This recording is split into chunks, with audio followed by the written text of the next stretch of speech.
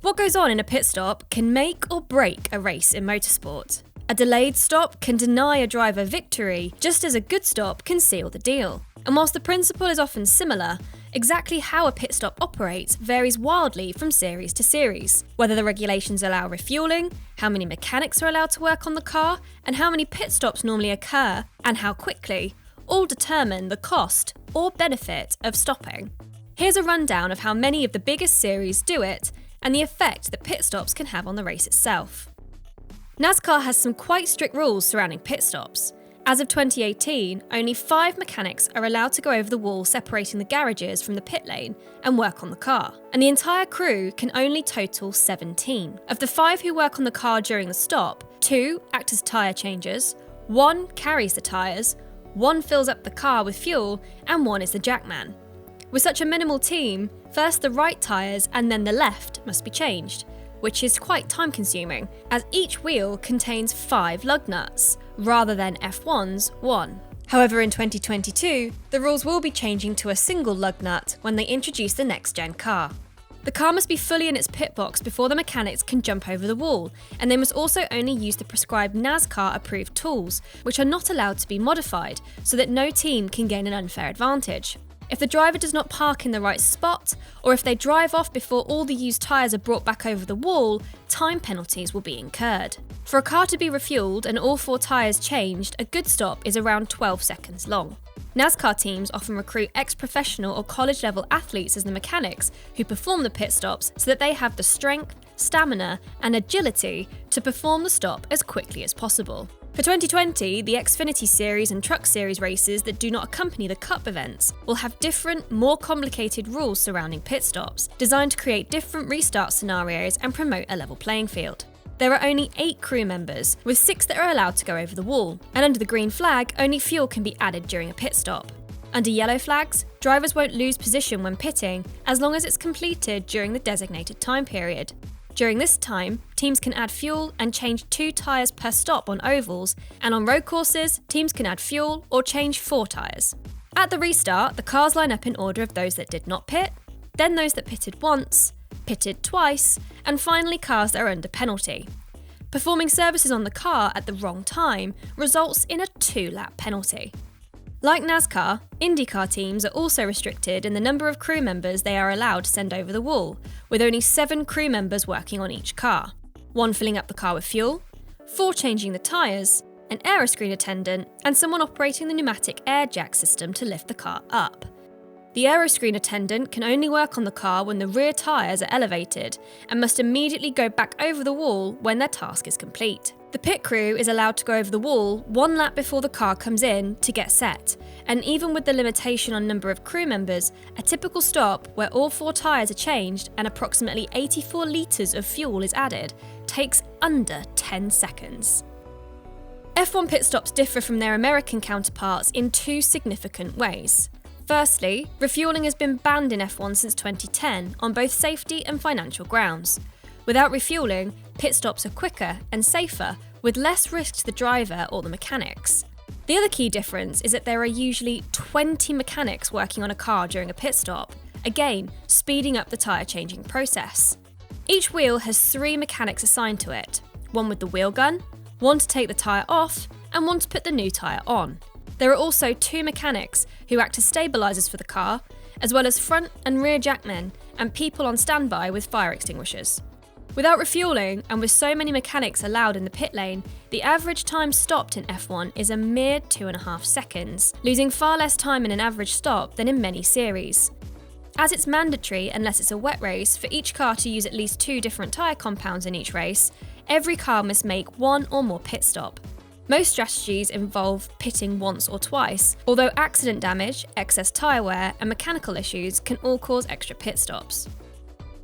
During an endurance race, the cars require much more maintenance to go the distance. As the conditions of a race changes, especially the difference in temperature from day to night in 24-hour races, alterations must be made to the aerodynamics of the car. The pit stops tend to be considerably longer in endurance races, especially when a team changes driver or has to make significant repairs. The World Endurance Championship allows a maximum of 11 personnel to work on the car in the pit lane, of which include a car controller, a fire extinguisher attendant, a refueler, a cut-off valve attendant, a driver attendant, 4 mechanics, and 2 technicians. With around 27 stops per car in a 24-hour event, the time spent in the pit lane is an important part of the race. The Porsche No. 2 car that won Le Mans in 2017 spent 98 minutes in the pits out of the 24 hours. In the World Touring Car Cup, it's not mandatory for the cars to pit during the race, and refuelling is not permitted during any session, so stops are just to repair damage incurred.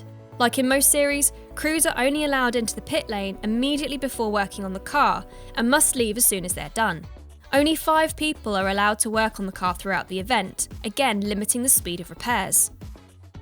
Pit stops are also purely for repairs in the British Touring Car Championship, where a maximum of 8 personnel work on a 1 or 2 car team, with that number doubling if there are more cars. During a pit stop, there must be a car controller waving the car safely in and out of the box, an air jack operator, and no more than 4 mechanics changing the tyres at any time. Since the move to the Gen 2 car at the beginning of the 2018-19 season, Formula E cars have been able to go the whole race distance without running out of energy. Prior to that, drivers had to swap to a second car midway through the race in order to be able to make it to the end, with a minimum stop length at each race to ensure that teams and drivers did not endanger themselves or others by rushing and compromising their safety. The Gen 2 car has almost double the energy storage capacity of the original and double the range, meaning that pit stops are only necessary for repairs. There have, however, been discussions about reintroducing pit stops at the next regulations change to include rapid charging, an issue that, if solved, could have a big impact on the electric vehicle industry. Pit stops play an important part in the feature race of each Formula 2 weekend, with the use of 2 different tyre compounds mandatory unless the event suffers bad weather. Like in F1, teams base their strategy around the timing of stops and the selection of tyres, although again, refuelling is banned. The mandatory stop cannot take place until 6 laps into the race, and only 6 mechanics can work on the car during the stop, plus someone in charge of stopping and releasing the driver. A 5-second pit stop is regarded as good, making F2 stops a couple of seconds longer than in F1, but with significantly less personnel involved. While Formula 3 are also allowed only 6 people working in the pit lane, the teams in that series are only allowed to change tyres during the race if there is a clear safety reason for doing so, such as in the case of damage or a puncture. While MotoGP riders don't routinely stop during a race, they can come in to swap to a bike setup with the wet weather tyres if the weather conditions change. This, however, is a relatively rare occurrence, so both the mechanics and riders are not as polished as it is in some other series, although teams are given time to practice bike swaps each race weekend.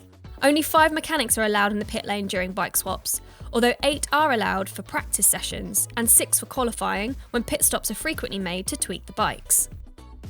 Pit stops don't occur in rallying in the traditional sense, but like in circuit racing, there are opportunities for the cars to be checked over by the team and for repairs to be made. The cars return to the service park several times a day across the event, with usually a 15-minute service first thing in the morning, 40 minutes at the midday break, and 45 minutes at the end of the day. Teams are limited to this much interference, with the driver and co-driver being left to make whatever repairs they can during the rest of the day on the go. This means that the crews must be competent mechanics, as well as drivers or co-drivers. Even within the service park, which is the area in which rally cars are allowed to stop to make repairs, the crews are limited to only 8 mechanics for teams with 2 cars, or 12 for teams with 3 cars. The teams are restricted in supplies and can only use a certain amount of parts, and if a car sustains structural damage, they are forced to retire it. Over the course of the grueling events, the cars often pick up a wide range of damage that the team have to work to fix to keep their drivers on the road. V8 supercars work on a slightly different system to most racing series by making use of multiple compulsory pit stops, with the number of stops, the amount of fuel to put in, and tyres to change differing from race to race. If a driver does not complete their stops correctly, or if they are unable to due to the race being suspended, then a penalty is added to their overall race time.